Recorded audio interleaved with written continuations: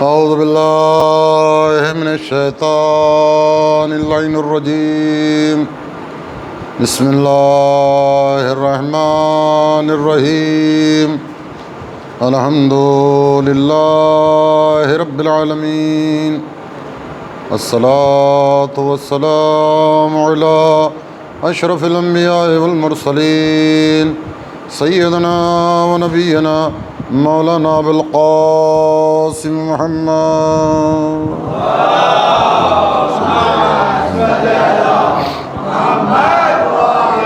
وآله الطيبين الطاهرين المعصومين المظلومين ومن يومنا هذا إلى يوم الدين أما بعد وقد قال رسول الله صلى الله عليه وآله وسلم بسم الله الرحمن الرحيم زينوا مجالسكم بذكر علي بن أبي طالب صلوات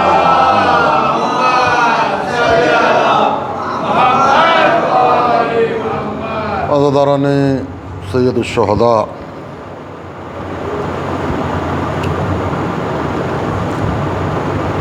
جس حدیث مبارکہ کے ذیل میں آپ کی خدمت میں کل بیان کو جاری کیا تھا، اسی سے تھوڑا آگے کہ سرکار دو عالم نے ارشاد فرمایا کہ تم اپنی مجلسوں کو علی ابن ابی طالب کے ذکر سے زینت دو۔ بڑی مشہور زمانہ حدیث ہے، جہاں پر بھی بیٹھو تذکرہ آل محمد کرو، ذکر علی کرو۔ اصل میں مجلس عربی کا لفظ ہے، بیٹھنے کی جگہ کو کہتے ہیں۔ اگر آسان لفظوں میں کہا جائے تو ہماری ہر بزم میں ذکر علی ہونا چاہیے۔ فائدہ کیا ہے؟ ذکر علی کرنے والے کو ذکر رسول اور ذکر خدا کرنے کا ثواب مل جائے گا، اور رسول اسلام کی اس حدیث پر عمل کرنے کا شرف بھی مل جائے گا۔ ایک صلوات بھیجیے بر محمد والے۔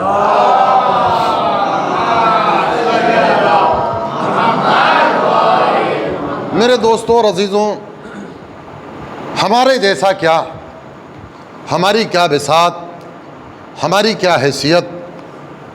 ہاں، اگر کسی کو فضائل علی بیان کرنے کی سند حاصل تھی تو اس عظیم ہستی کا نام میسن ہے۔ دو چار جملے یہیں سے عرض کرتا ہوا ایک منزل پر آنا چاہتا ہوں۔ ایران سے غلاموں کا ایک جتھا چلا، اس میں جناب میسم بھی ہیں، لیکن یہ نام کہاں سے آیا، ذرا میں اس پر روشنی ڈالنا چاہتا ہوں۔ عراق آ گئے، قبیلہ بنی اسد کی ایک عورت نے سالم نامی غلام کو خریدا اور اپنے شوہر کو ہبہ کر دیا۔ زندگی گزرتی رہی، سالم نامی غلام پر مولائے کائنات کی نگاہ پڑی۔ نہیں، لفظ بدلوں، ایک گوہر نایاب پر مولائے کائنات کی نگاہ پڑی۔ مولائے کائنات نے سالم کو خرید لیا، خریدنے کے بعد آزاد کیا۔ نام معلوم کیا کہ تمہارا نام کیا ہے؟ کہا میرا نام سالم ہے۔ چونکہ اس عورت نے خریدنے کے بعد جو نام دیا تھا سالم دیا تھا۔ مولائے کائنات کہتے ہیں کہ تم بھول گئے کہ تمہارے باپ یحییٰ نے تمہارا نام میسم رکھا ہے۔ میرے دوستوں اور عزیزوں، علی کہتے ہی اس کو ہے کہ جو نسلوں کا جاننے والا ہو۔ صلوات بر محمد وآل محمد۔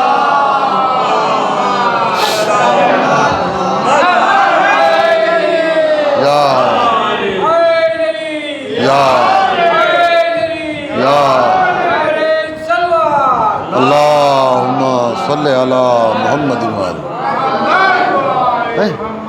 لیجئے مولا کائنات نے آزاد کر دیا، اور اس بندے کا کام یہ ہے کہ جس جگہ پر ہوتا ہے علی کی فضیلت بیان کرتا ہے، جس جگہ پر ہوتا ہے مولا کے کارنامے بیان کرتا ہے، وہ کہتا ہے کہ میں نے دیکھا، میں نے سنا، مجھے بتایا گیا علی نے کیسے دو انگلیوں سے باب خیبر کو اکھاڑ دیا، میں نے سنا علی نے کیسے بدر میں کافروں کے دانت کھٹے کر دیے، میں نے سنا کہ علی نے احد کے میدان میں رسالت کی کیسے حفاظت کی جبکہ سب بھاگ گئے تھے۔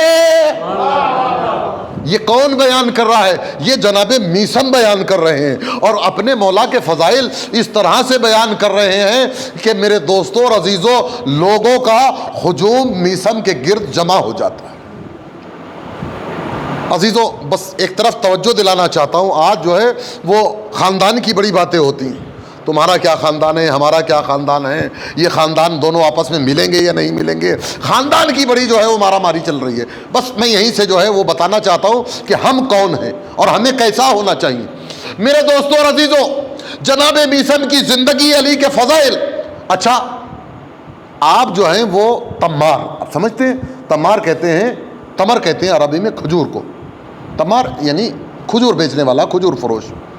مولا کائنات اتنے آپسی تعلقات استوار ہیں کہ جناب میثم کی دکان پر امیر المومنین تشریف لاتے ہیں، اور قربت اتنی ہے کہ میثم بھی علی کے حوالے کر کے اپنی دکان چلے جاتے ہیں، اپنے کام نمٹا کر آتے ہیں۔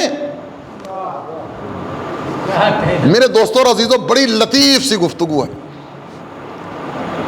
بولا ہاں کیا ہوا، کھجوریں بیچ دی؟ ہاں بیچی ہیں۔ اب جو درہم کو دیکھا، درہم کھوٹا تھا، درہم کھوٹا تھا۔ مولا کھجوریں بیچ دی، درہم نہیں دیکھا؟ یہ میرا جملہ ہے۔ درہم کو میثم نے دیکھا، یہ کھوٹا درہم ہے۔ کہ میثم گھبراؤ نہیں، خدا کسی مومن کے مال کو تلف نہیں کرتا۔ کھجور کی خاصیت یہ ہے کہ اس میں کیڑا نہیں پڑتا۔ اب وہ جو میثم کی دکان سے علی سے کھجوریں لے کر گیا تھا، واپس چلا آ رہا ہے کہ دیکھیے مولا اس میں تو کیڑے پڑے ہوئے ہیں، کہ یہ تیرا درہم رکھا ہوا ہے، لے جا۔ عزیزان گرامی، میثم کی یہ منزلت ہے کہ مولا کائنات نے اپنے علم میں سے میثم کو علم دیا۔ اس سے پہلے ہمیں علم علی کو سمجھنا پڑے گا۔ مولا کائنات ارشاد فرماتے ہیں کہ رسول اللہ نے مجھے علم کے 1000 باب عنایت کیے۔ باب سمجھتے ہیں؟ یہ بچے سمجھیں گے، ونڈوز سمجھتے ہیں نا، ایک کے بعد دوسری اور دوسرے کے بعد تیسری کھولتے چلے جاتے ہو نا کمپیوٹر کے اندر، موبائل کے اندر، اس کو کہتے ہیں ونڈو، یعنی باب۔ 1000 باب علی کو رسول اسلام نے تعلیم کی۔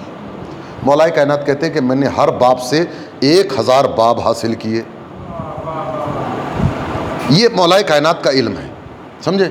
اس میں سے مولا کائنات نے میثم کے حوالے کچھ علم کیا۔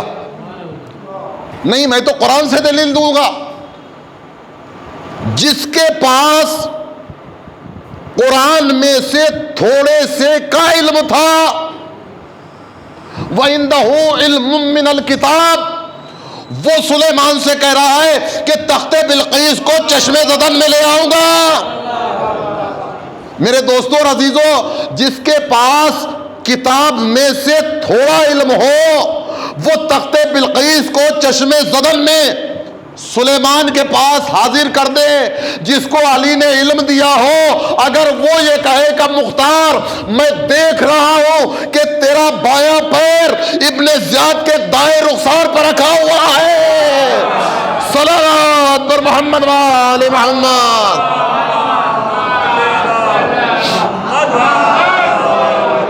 زندان میں جناب مختار اور جناب میثم تمار کی ملاقات ہوئی ہے نا، سمجھے؟ اور مختار کفے افسوس مل رہے ہیں اور شکوہ بھی اللہ سے کر رہے ہیں کہ معبود تو مجھے اتنی دیر کے لیے تو آزاد کر دے کہ میں قاتلان حسین سے بدلہ لے سکوں۔ جب یہ آواز علی کے چاہنے والے کے کانوں میں گئی، وہ دوڑتا ہوا کھنچ کر مختار کے پاس آ گیا۔ مختار گھبراؤ نہیں، تم زندان کے لیے پیدا نہیں ہوئے ہو، تمہارے پیدا ہونے کا تو مقصد ہی کچھ اور ہے۔ مختار کے کان کھڑے ہوئے، کہا کیا مطلب؟ کہا تم قاتلان حسین سے بدلہ لوگے؟ میں نے علی سے بھی سنا ہے، رسول سے بھی سنا ہے۔ صلوات بر محمد وآل محمد۔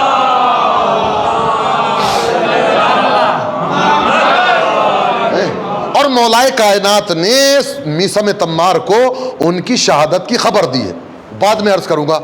میثم تمار کی عمر کا آخری حصہ ہے، حج پر گئے ہیں، حج پر، حج قبول ہو جائے اس لیے کہ مدینہ زیارت پر بھی گئے۔ جب مدینہ پہنچے تو آپ جناب ام سلمہ، ام المومنین جناب ام سلمہ کی بارگاہ میں حاضری کے لیے گئے۔ بی بی کو سلام کہلا کر بھیجا، جواب سلام آیا، کہا تم کون ہو؟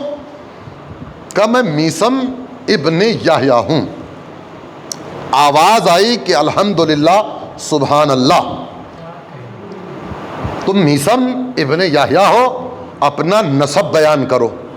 میں نے ابھی نسب کی بات کی نا، کون کس خاندان کا ہے۔ نسب کی بات ہوتی ہے تو کیا ہم 20 پشتوں کے بعد چوتھے امام کے بیٹے ہیں، وہ 25 پشتوں کے بعد 8ویں امام کے بیٹے ہیں، ہوتا ہے کہ نہیں ہوتا؟ ہم فلاں ہیں، ہمارا کیا کہنا، ہم تو مومن ہیں، ہوتا ہے کہ نہیں ہوتا؟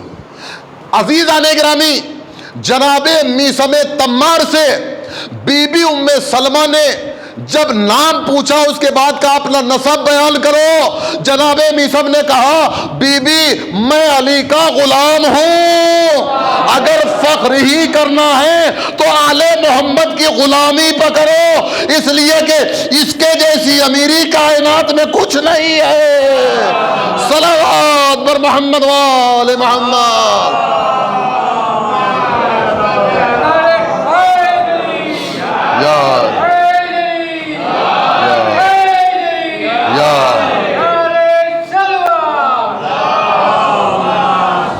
لیکن یہ علی کی محبت آئے گی کیسے؟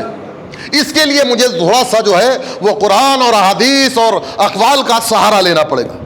قرآن مجید میں ایک آیت ہے وَلِلَّهِ أَخْرَجَكُم مِّن بُطُونِ أُمَّهَاتِكُم لَا تَعْلَمُونَ شَيْئًا، تم کو تمہاری ماں کے شکم سے اس حالت میں نکالا گیا کہ تم کچھ نہیں جانتے تھے، ہم نے تم پر کرم کیا، تم کو آنکھیں دی تاکہ دیکھ سکو، کان دیے تاکہ سن سکو۔ یہ قرآن ہے، وَلِلَّهِ أَخْرَجَكُم مِّن بُطُونِ أُمَّهَاتِكُم لَا تَعْلَمُونَ شَيْئًا، تم کچھ نہیں جانتے تھے۔ یعنی قرآن بتا رہا ہے کہ دنیا میں آنے والے وہ لوگ ہیں کہ جو دنیا میں آتے ہیں وہ کچھ نہیں جانتے، وہ کچھ نہیں جانتے، وہ جب بھی آتے ہیں کچھ نہیں جانتے۔ لا تعلمون شیئا، کوئی چیز کا علم نہیں ہوتا۔ یہ تو اللہ کا کرم ہے کہ اس نے سننے والے کان دیے، دیکھنے والی آنکھیں دی۔ لیکن میرے دوستوں اور عزیزوں، ایک خاندان ایسا ہے کہ جب دنیا میں آتا ہے تو سر سجدہ خالق میں رکھتا ہے، دست رسالت پر آتا ہے تو توریت سناتا ہے، زبور سناتا ہے، انجیل سناتا ہے، قرآن سناتا ہے۔ صلوات بر محمد وآل محمد۔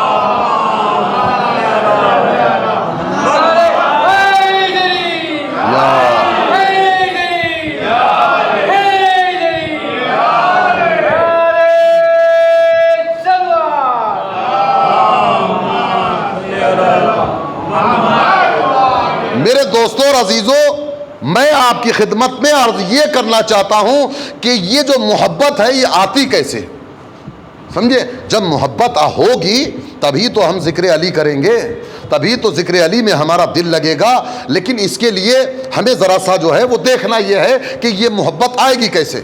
آج عمل کے اوپر کتنا زور دیا جا رہا ہے۔ نماز پڑھو، رات مجلس کے دوران ایک لفظ کے اندر میری غلطی ہو گئی، میں نے اس مجلس کو یوٹیوب پر نہیں ڈالنے دیا، خدا نخواستہ اس سے کوئی غلط اور نکال، ظاہر سی بات ہے کہ اس کا مطلب غلط ہی نکلتا. میں کہنا چاہتا تھا تارک الصلاۃ، لیکن میری زبان سے کیا نکلا کہ نماز کا انکار کرنے والا کافر نہیں ہوگا. اصل میں جملہ تھا تارک الصلاۃ، وہ کفر کے زمرے میں نہیں آئے گا جو نماز کو اہمیت نہیں دے رہا. سمجھے؟ وہ جان رہا ہے کہ نماز پڑھنا ہے لیکن اس نے جو ہے وہ نماز کو چھوڑ دیا. مسئلہ یہ تھا. میں اللہ کی بارگاہ میں سب سے پہلے تو اپنے اس گناہ کا اعتراف کرتا ہوں، اور آپ نے جو سنا ہے لہذا میں نے کلیئر کر دیا. آپ بھی مجھے معاف فرمائیے. ایک صلوات بھیجیے بر محمد والے.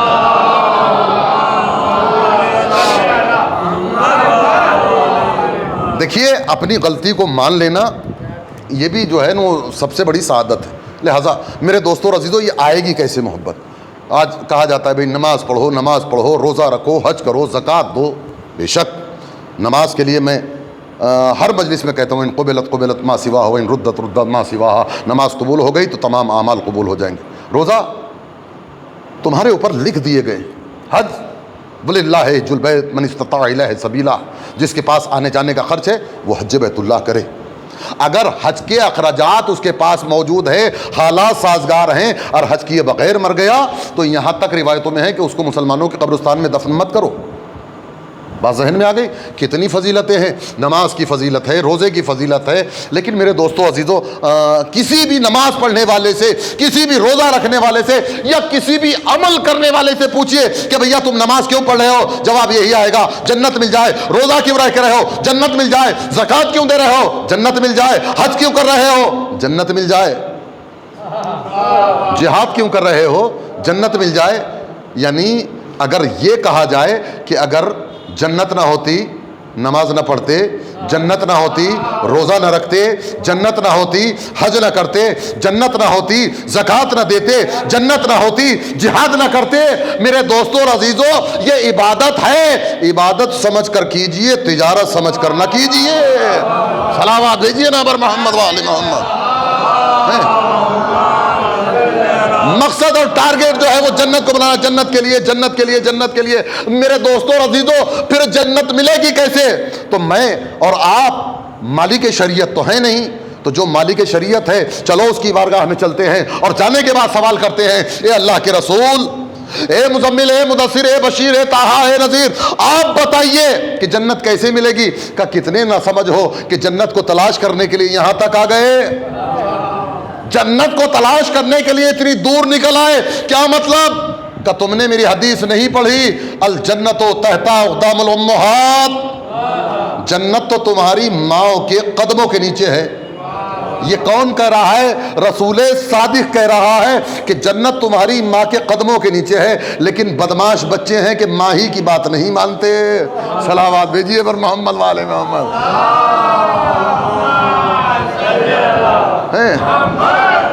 ماں کو پریشان کرنے میں بچوں نے مہارت حاصل کر لی ہے. دیکھیے یہ ہمارے بچے ہیں، ان کا خیال ہمیں ہی رکھنا ہے. بچوں کو اگر ہم نہیں بتائیں گے کہ ماں کی اہمیت کیا ہے، باپ کی اہمیت کیا ہے، عزیزوں اور کون بتائے گا؟ ایک صلوات بھیجیے تو میں آپ کی خدمت میں آگے عرض کروں.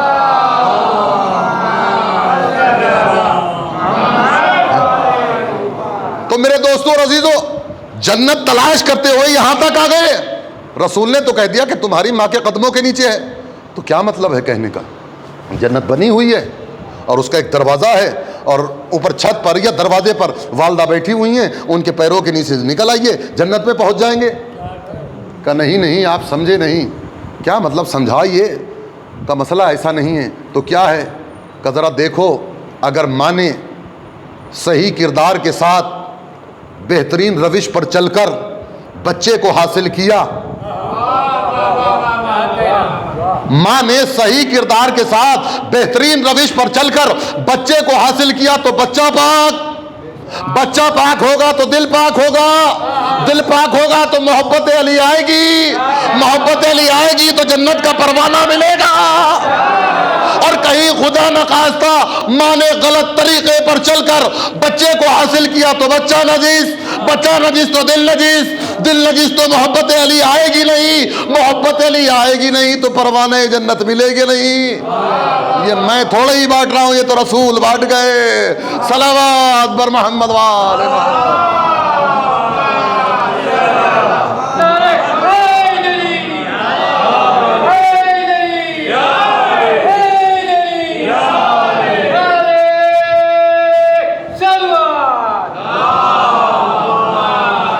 ماں کے کردار کی کیا اہمیت ہے، ماں کے کردار کا کیا مقام ہے زندگی کے اندر. دیکھیے تاریخ اسلام کو پڑھیے آپ. ہمارے اور آپ کے مولا نے تقریباً 80 82 88 80 82 88 اتنی جنگیں لڑی. بات ذہن میں آ گئی؟ میں جو ہے وہ 80 والی روایت لیتا ہوں. 80 جنگیں لڑی علی نے. لیکن آپ جس جنگ میں دیکھیے میرے مولا نے کیا کہا، انا علی ابن ابی طالب، میں ابو طالب کا بیٹا ہوں، میں ابو طالب کا بیٹا ہوں، میں ابو طالب کا بیٹا ہوں. میرے مولا کسی جنگ میں آپ نے یہ نہیں کہا، ماں کا حوالہ نہیں دیا. اب جو میں نے تاریخ کو دیکھا تو ایک جنگ میں دیکھا کہ وہاں میرے مولا نے کہا انا الذی سمتنی امی حیدرا، میں وہ ہوں کہ جس کی ماں نے میرا نام حیدر رکھا ہے. کب انسان کس موقع کے اوپر فضیلت کو یاد دلاتا ہے. اے میرے مولا آپ نے کسی جنگ میں ماں کا حوالہ نہیں دیا، لیکن جنگ خیبر میں آپ نے کہا میری ماں نے میرا نام حیدر رکھا ہے. کہ دیکھ نہیں رہا، وہ کہہ رہا ہے کہ سارا خیبر جانتا ہے کہ میری ماں نے میرا نام مرحب رکھا ہے. اگر اس نے ماں کا حوالہ نہ دیا ہوتا تو شاید میں بھی نہ دیتا. میں کہوں گا میرے آقا، میرے مولا، میرے آقا اس کی کوئی مجبوری رہی ہوگی جو اس نے ماں کا حوالہ دیا. شاید اس کو باپ کا پتہ ہی نہیں ہوگا. ایک بات کا پتہ چل گیا، علی کے مقابل پر وہی آتا ہے جس کو باپ کا پتہ نہیں ہوتا. صلوات بر محمد و آل محمد.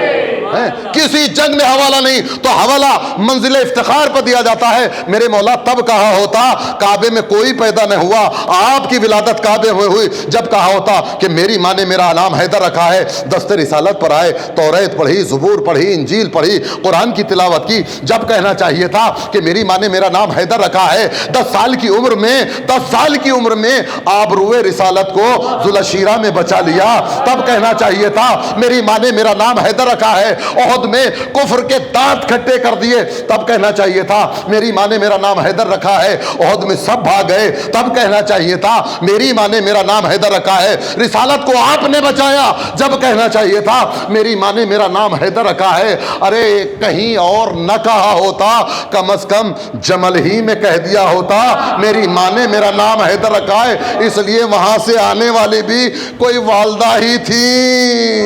صلوات بھیجیے بر محمد وآل محمد.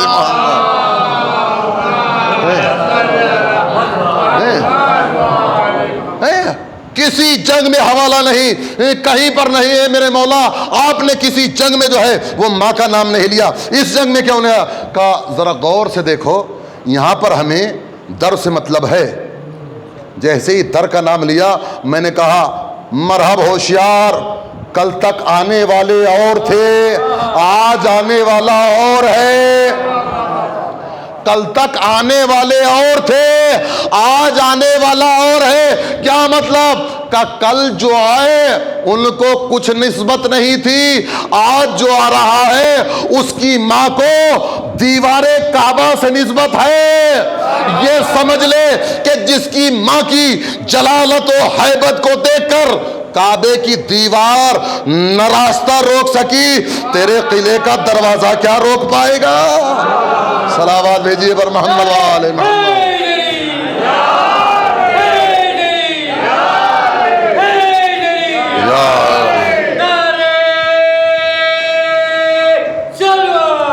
اللہم صلی علی محمد.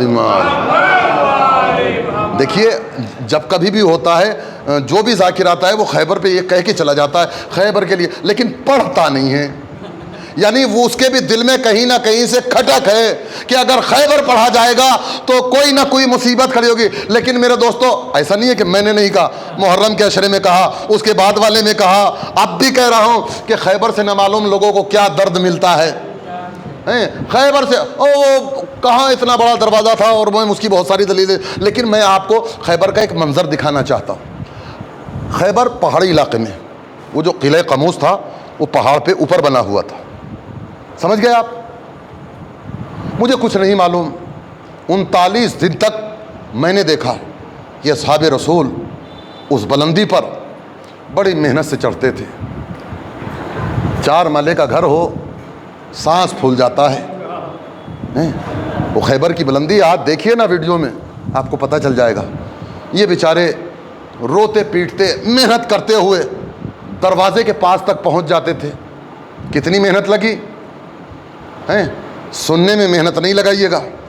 39 دن تک یہ تمام اصحاب اپنی قوت کو جٹا کر اوپر تک بڑی محنت سے پہنچتے تھے, لیکن جیسے ہی مرحب کھڑکی سے منہ نکالتا تھا, جتنی محنت سے چلے اوپر تک پہنچے اتنی آسانی سے رڑکتے ہوئے لڑکھڑاتے ہوئے نیچے تشریف لیا. صلوات بھیجیے نبی محمد والے محمد. نقطے کو ضائع کر دیا آپ نے. جتنی محنت سے چڑھتے تھے اتنی آسانی کے ساتھ بیچارے رڑکتے پڑکتے. لیکن عزیزان گرامی, اب جو 40واں دن آیا اور رسول اسلام نے کہا کہ کل علم عطا کروں گا مرد کو, لوطین الرایۃ غدا رجلا کرارا غیر فرار, کل اس کو علم عطا کروں گا جو مرد ہوگا. یہ اللہ کے رسول یہ مرد کا استعمال کر کے دوسروں کا کیوں نسب بتا رہے ہیں؟ مجھے کچھ نہیں معلوم. آج جو دنیا کہتی ہے کہ جناب سمجھ میں نہیں آتا یہ یا علی کیا ہے, یا علی کیا ہے, یا علی کیا ہے. اچھا ایک قریب کی بات بتاؤں. دیکھیے میں کسی کو ٹارگیٹ نہیں بناتا اور ممبر ٹارگیٹ بنانے کی جگہ بھی نہیں. آج ایک بات بڑی منظر عام پر آ رہی ہے, ارے تمہارے حاضر امام زندہ ہیں ان کو بلاؤ. سننے میں آتا ہے کہ نہیں؟ علی کو, یعنی یہ علی سے علیحدہ کیا جا رہا ہے, علی سے علیحدہ کیا جا رہا ہے. میرے دوستو اور عزیزو, ایک دعا پڑھتے ہیں آپ ہر جمعے کو زیارت پڑھنے سے پہلے. ذرا پڑھیے آپ اس کو. الہی پڑھتے رہیے نا. الہی عظم البلاء وبرح القفا من کشف الغطاء وانقطع الرجاء وضاقت الارض ومنعت السماء وانت المستعان والیک المشتکا وعلیک المعول فی الشدۃ والرخاء.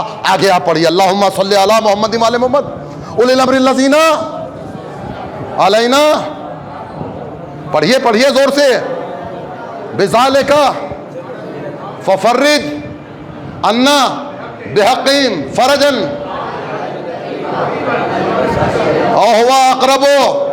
زور سے او ہوا اقرب یا محمد یا علی یا محمد یا علی.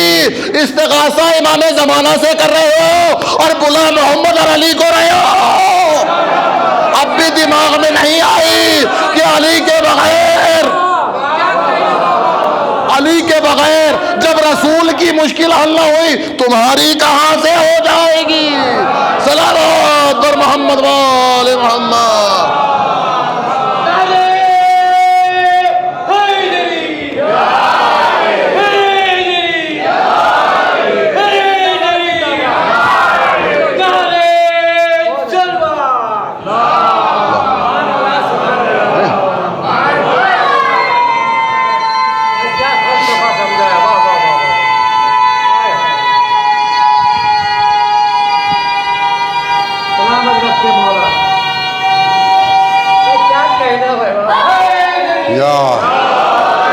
ارے 15 شعبان آتی ہے, کون سا مومن ایسا ہے جو عریضہ ڈالنے نہیں جاتا؟ لیکن عریضہ ڈالنے سے پہلے جب ہم تاپی کے برج پہ پہنچتے ہیں وہاں مجھ سے ہی کہا جاتا ہے مولانا ذرا یہ دعا پڑھائیے. وہ دعا کیا ہے؟ وہ دعا کیا؟ ترجمہ تو جانتے ہی ہیں نا. اے حسین بن رو آپ پر سلام ہو. یہ کون ہیں؟ یہ وہ میسنجر ہیں جو ہمارا پیغام نہیں, امام کی حیات میں یعنی غیبت صغریٰ کے زمانے میں تمام لوگوں کے خطوط لیتے امام تک پہنچا دیتے. اس کو ہم یا کہہ کر سلام کہہ رہے ہیں. ہمارے خطوط کو امام کی بارگاہ تک لے جائیے. میرے دوستوں اور عزیزوں, جو میرے امام کا نائب ہے اسے یا کہہ کر سلام کرے, کوئی اعتراض نہیں. یا علی کہیں تو تم کو اعتراض. اچھا خیبر میں آ جائیے. 39 دن تک کسی سے کچھ نہیں ہوا. سرکار دو عالم نے آواز بلند کر دی, نادے علین، علی کہاں ہے؟ اللہ نے کہا اے میرے حبیب پکارو اس کو۔ نادے عربی میں امر کا صیغہ ہے، امر سمجھتے؟ حکم۔ اللہ کہلوا رہا ہے ندا دو علی کو، نادے، وہ مظہر العجائب ہے، عجائبات کا ظاہر کرنے والا ہے۔ اب کچھ لوگ کہتے ہیں کہ یہیں خیبر میں تھے، کچھ کہتے ہیں مدینے میں تھے، مجھے کوئی بحث نہیں تھی، مدینے میں بھی تھے چونکہ عجائبات کا ظاہر کرنے والا ہے، اگر آ گیا تو پریشانی کی کون سی بات ہے۔ لیکن عزیزان گرامی تاریخ بتاتی ہے کہ خیبر کی رات عجیب منظر ہے، چونکہ شام کے وقت رسول نے کہا کل علم عطا کروں گا مرد کو، ساری رات شبیداری میں گزر گئی، تلواروں پر دھار ہو رہی ہے، ہر ایک کے دل میں تمنا ہے علم مجھ کو مل جائے، علم مجھ کو مل جائے۔ صرف علم نہیں ہے، علم کے ساتھ مردانہ ہونے کا تبرک بھی مل رہا ہے، سند بھی مل رہی ہے، سب اس چکر میں ہیں ہم کو مل جائے، ہم کو مل جائے، ہم کو مل جائے۔ لیکن تاریخ بتاتی کہ صبح سرکار دو عالم اپنے خیمے سے نکلے۔ اب عجیب منظر ہے کہ خیمے رسالت کے باہر ایک جم غفیر ہے، ہر ایک اپنے آپ کو دکھانے کی کوشش کر رہا ہے۔ ہوتا ہے نہیں ہوتا؟ اچھا سب ایک سائز کے تو ہوتے نہیں، کچھ چھوٹے ہوتے ہیں، کچھ لمبے ہوتے ہیں، لمبے تو ٹھیک، لیکن جو چھوٹے تھے وہ پنجوں کے بل کھڑے ہو کر رسول کو، یعنی دیکھیے کیسی ان کی عقل ہے، رسالت کو دکھانا چاہ رہے ہیں۔ اگر یقین ہوتا چھپ کر پتھر کے پیچھے بیٹھ جاتے، رسول بلا لیتے کہ تم بیٹھے ہو یہاں آ جاؤ۔ میرے دوستو اور عزیزو، رسول خیمے سے علم لے کر باہر نکلے، ہر ایک علم کی تمنا میں بڑھا، رسول نے ہاتھ کھینچ لیا۔ علم کبھی بھی بدعت نہ ہوتا اگر خیبر میں مل گیا ہوتا۔ یہ تو افسوس کی بات یہ ہے کہ خیبر میں علم نہیں ملا۔ آواز دی این علی ابن ابی طالب، علی ابن ابی طالب کہاں ہیں؟ اب تاریخ کا ایک منظر دکھاتا ہوں، سناؤں گا نہیں، دکھاؤں گا، دیکھنے کی کوشش کیجئے گا، سمجھے؟ اپنی نگاہوں کو خیبر میں لے کر جائیے، آنکھوں کو بند کر کر دیکھیے۔ جیسے ہی رسول نے کہا علی کہاں ہیں، یہ تو سب پریشان تھے، علی یہاں کہاں رکھے ہیں؟ ہر جگہ تو علی آ جاتے تھے، یہاں کہاں رکھے ہیں، یہاں کہاں رکھے؟ اب میں نے تاریخ میں دیکھا کہ میرا مولا سامنے سے آتا ہوا نظر آیا، ایک ہاتھ سلمان کے کاندھے پر ہے، ایک ہاتھ ابو ذر کے کاندھے پر ہے۔ میں نے آتا ہوا دیکھا، ایک طرف جوشن کبیر ہے، ایک طرف جوشن صغیر ہے، بیچ میں مومنوں کا امیر ہے۔ لفظوں کو بدل کر کہوں، ایک طرف 10 درجوں کا ایمان ہے، ایک طرف 9 درجوں کا ایمان ہے، بیچ میں کلے ایمان ہے۔ رسالت تک پہنچے، علم کو ہاتھ میں لیا، ایک جملہ کہا اللہ کے نبی کب تک لڑوں؟ کہ اللہ جب تک تمہارے دونوں ہاتھوں پر فتح نہ دے دے۔ صلوات بھیجیے نبر محمد وآل محمد وآل۔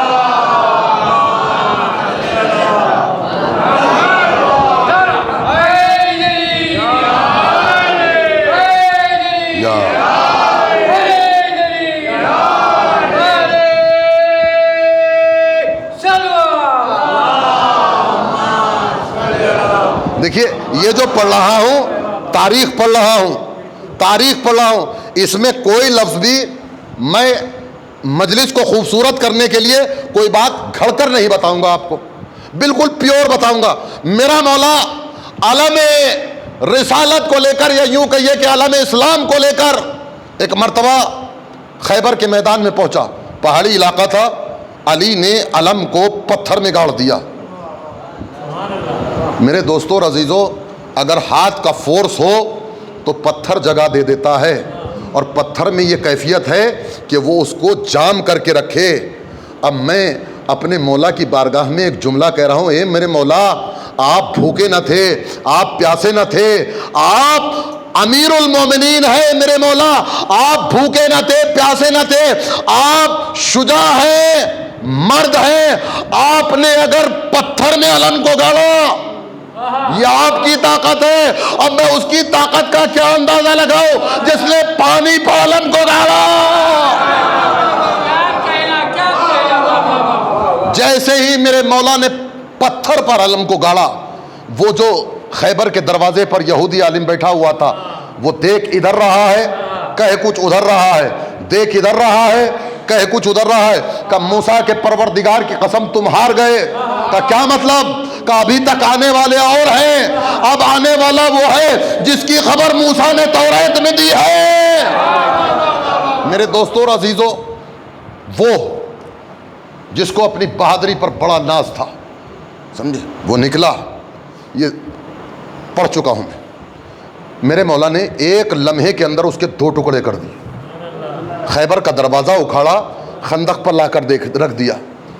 کچھ لوگ رسول اسلام کے پاس دوڑے ہوئے آئے، اللہ کے نبی آپ نے دیکھا علی نے خیبر کے دروازے کو 2 انگلیوں پر اٹھایا ہوا تھا، کہ تیری عقل پہ حیرت ہے، تو نے ہاتھ کو دیکھا پیروں کو نہیں دیکھا۔ اب جو اس نے آ کر دیکھا تو پیر معلق ہیں۔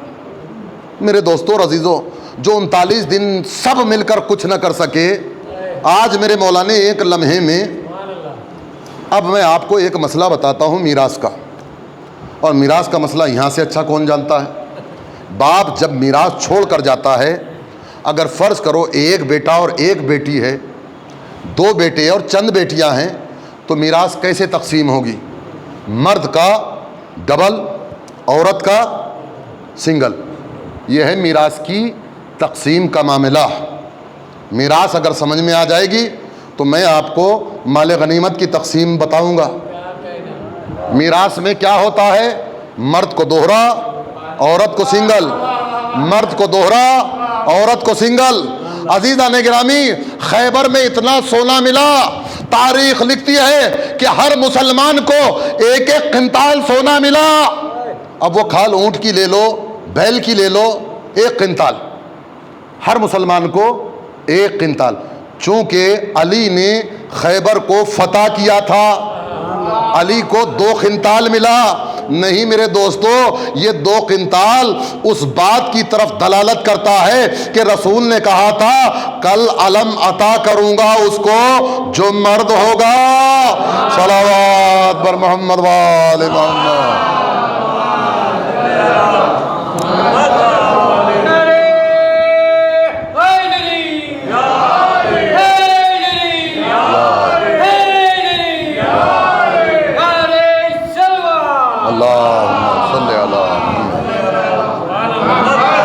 بس میرے دوستو، خیبر فتح کیا، علی کو 2 قنتال سونا ملا۔ وہ خیبر کے کنارے کچھ یتیم بچے اور بیوہ عورتیں کھڑی ہوئی تھیں۔ علی نے اپنے حصے کا سارا سونا ان بیواؤں میں، غریبوں میں، یتیموں میں تقسیم کر دیا۔ جب شہزادی کے پاس علی کی ذوالفقار پہنچی اور جانے والے نے بتایا کہ بی بی مبارک ہو کہ علی نے خیبر کو فتح کیا اور علی کو 2 قنتال سونا ملا، لیکن بی بی کیا معلوم ہے کہ علی نے وہ سارا سونا غریبوں میں تقسیم کر دیا۔ شہزادی نے شکر کا سجدہ ادا کیا، معبود تیرا لاکھ لاکھ احسان ہے کہ تو نے مجھے علی کے جیسا شوہر دیا۔ اندازہ لگایا؟ وہ علی کہ جو غریبوں اور مسکینوں اور یتیموں اور بیواؤں میں اپنا سارا مال تقسیم کر رہا ہے، ایک ایسا دور آیا کہ اسی علی کے یتیم بچے ہیں، بیوہ عورتیں ہیں۔ کربلا سے کوفہ اور کوفے سے شام کی منزلیں ہیں، کوئی پتھر مار رہا ہے، کوئی صدقہ پھینک رہا ہے۔ عزاداران مظلوم کربلا، مصائب، میں ذرا سا تاریخ کے اعتبار میں اور ذرا سا آپ کو مدینے لا کر، چونکہ اہل حرم مدینہ اب پہنچنے والے ہیں، کربلا سے قافلہ رخصت ہو چکا ہے۔ منہال کوفے کا رہنے والا ایک شخص سید سجاد علیہ السلام کی بارگاہ میں آیا،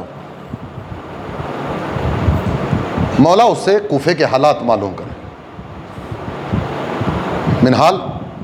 منہال کہتا ہے مولا خدا کا شکر ہے کہ مختار نے آپ کے بابا کے قاتلوں سے بدلہ لینا شروع کر دیا۔ سب سے پہلا سوال سید سجاد کا، منہال کیا ہرملہ پکڑا گیا؟ کہ مولا انشاءاللہ ہرملہ بھی پکڑا جائے گا۔ سید سجاد نے ہاتھوں کو اٹھایا اور اٹھانے کے بعد کہا اللہم ذقہ حر النار، پروردگار اس ملعون کو اس دنیا میں آگ اور لوہے کا مزہ چکھا دے۔ منہال کوفے سے مدینے سے کوفہ گئے۔ یہ وہ دن ہے کہ جس دن لوگوں کا ازدحام دارالعمارہ کی طرف بڑھا چلا جا رہا ہے۔ کسی سے معلوم کیا کہ آخر کیا بات ہے، یہ لوگ کہاں پر جا رہے ہیں؟ کہ آج ہرملہ گرفتار ہوا ہے۔ چونکہ منہال سید سجاد سے سن کر آئے تھے کہ اللہ اس کو اس دنیا میں آگ اور لوہے کا مزہ چکھا دے، یہ کہتے ہیں کہ میں دیکھنے کی غرض سے ایک مرتبہ بڑھا، دیکھا کہ ہرملہ کو گرفتار کر کے لایا گیا۔ مختار بیٹھے ہوئے، یہ خاموش، منہال خاموش ہے۔ جناب مختار سوال کرتے ہیں کہ ہرملہ بتا تو نے کربلا میں کیا کیا؟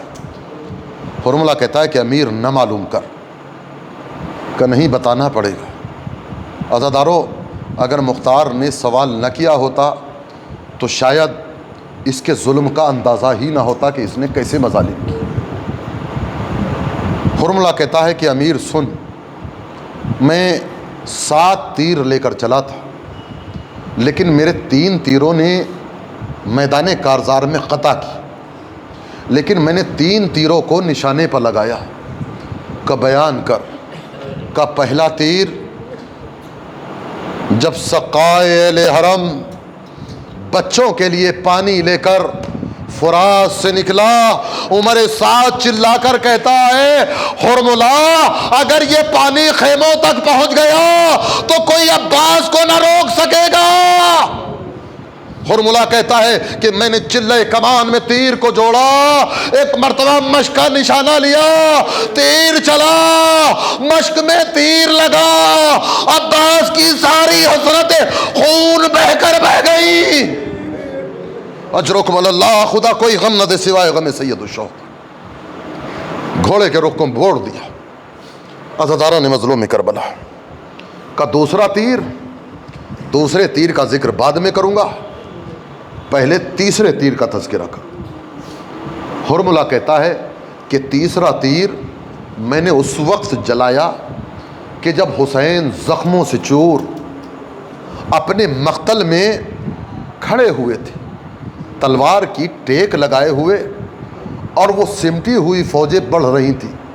ایک مرتبہ حسین نے اپنی پیشانی کا پسینہ صاف کرنے کے لیے اپنے ہاتھ کو اپنی پیشانی تک پہنچایا۔ ہرملہ کہتا ہے کہ میں نے نشانہ لیا، ہاتھ کو سر کے ساتھ پیوست کر دیا۔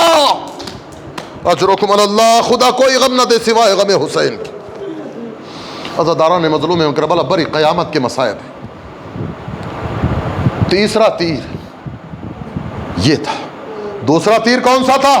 کہ جس وقت حسین اپنے ششماہ بچے کو لے کر کربلا کے میدان میں آئے، ارے سوال آپ کیا حسین، ایک مرتبہ بچے سے کہتے میرے لال اپنی حجت کو تمام کرو۔ میں نے دیکھا کہ لشکر یزید چہرے گھما گھما کر رو رہا ہے۔ یہ حالت حالت عمر سعد نے دیکھی، ایک مرتبہ طلب کر کہتا ہے اینا اینا ہرملہ، ہرملہ کہاں ہے؟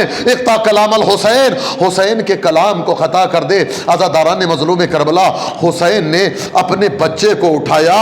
زمین کربلا کی کیفیت معلوم ہے کیسی تھی؟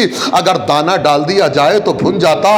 اب جو حسین نے اصغر کو اٹھایا، حسین کے ہاتھ میں کچھ تری محسوس ہوئی، اب جو پلٹ کر دیکھا وہ پانی نہیں جس میں اصغر کے چھالے۔ اجرکم اللہ، خدا کوئی غم نہ دے سوائے غم حسین کے۔ حسین نے بچے کو اٹھایا، ایک مرتبہ ہرملہ نے چلے کمان میں تیر کو جوڑا، گلوئے علی اصغر کا نشانہ لگا۔ کا تیسرا تیر، وہ 6 مہینے کا بچہ جس کا گلا حسین کا بازو۔ مختار نے کہا اس کے ہاتھ اور پیر کاٹ کر آگ میں جلا دیا جائے۔ ایک مرتبہ منہال کہتے ہیں خدا کا شوق کہ اس نے میرے امام کی دعا کو قبول کیا۔ وَسَيَعْلَمُ الَّذِينَ ظَلَمُوا أَيَّ مُنقَلَبٍ يَنقَلِبُونَ۔ الہی بحق الزہرا و ابیہا و بعلہا، امام ابودی حسین مظلوم کے عزادار ہیں، ان کی حوائج کو پورا فرما۔ پریشان حال ہیں ان کی پریشانی کو دور فرما، مقروض ہیں انہیں قرض سے نجات عطا، بے اولاد ہیں ان کو اولاد صالح عطا، صاحبان اولاد کی اولاد کو پروان چڑھا۔ معبود ہمارے گناہ کبیرہ و صغیرہ کو معاف فرما، آل محمد کے چاہنے والے جہاں جہاں پر آباد ہیں ان کی عزت کی، آبرو کی، مال کی، جان کی حفاظت فرما۔ یہ معبود دشمنان اسلام کو نیست و نابود کر دے، بالخصوص داعش، آل سعود اور آل یہود اور اس فکر کو نیست و نابود کر دے۔ یہ معبود مقامات مقدسہ کی حفاظت فرما، شکستہ پہلو زہرا کا واسطہ جنت البقیع کی تعمیر کے اسباب فراہم فرما، حجت آخر کے ظہور میں تعاجیل فرما، ہم کو ان کے اعوان و انصار میں شمار فرما۔ ربنا تقبل منا انک انت السمیع العلیم۔ ماتم حسین۔